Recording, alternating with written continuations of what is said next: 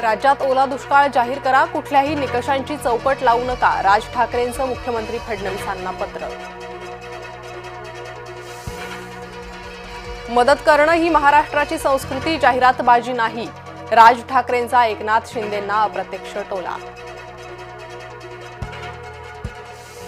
सोलापुरातील सीना नदीचा पूर ओसरेना, गेल्या 3 दिवसांपासून सीना नदीला पूर, 59 गावांना पुराचा वेढा, 124 गावांना सतर्कतेचा इशारा. मुख्यमंत्री फडणवीसांकडून पूरस्थितीची हवाई पाहणी, सोलापूरच्या पूरस्थितीची हेलिकॉप्टरने पाहणी. निकष न लावता सरसकट मदत देणार, मुख्यमंत्री देवेंद्र फडणवीसांचं आश्वासन. मुख्यमंत्री फडणवीसांकडून दारफळ निमगावची पाहणी, शेतकऱ्यांना लवकरात लवकर मदत करणार, मुख्यमंत्री फडणवीसांचं शेतकऱ्यांना आश्वासन.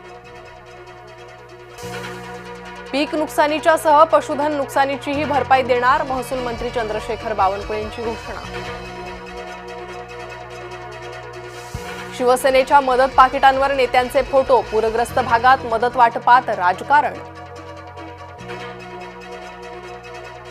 पावसाने झोडपलेल्या मराठवाड्यात ठाकरे गटाचाही दौरा, उद्धव ठाकरे धाराशिवचा दौरा करणार. एकनाथ शिंदेंनी शेतकऱ्यांच्या बांधावर जाऊन पाहणी केली, नुकसानग्रस्त शेतकऱ्यांशी संवाद साधला. अजित पवारांनाही आला शेतकऱ्यांच्या नाराजीचा अनुभव, सोलापूरचा दौरा आटोपून उपमुख्यमंत्री पवार मराठवाड्यात. मंत्री पंकजा मुंडे पोहोचल्या जालन्यात, बैलगाडीतून केली दुष्काळग्रस्त भागाची पाहणी. मदत वेगाने देण्यासाठी प्रयत्नशील, ऑगस्ट आणि सप्टेंबरमध्ये अपेक्षेपेक्षा जास्त पाऊस, कृषी मंत्री दत्तात्रय भरणेंचं वक्तव्य.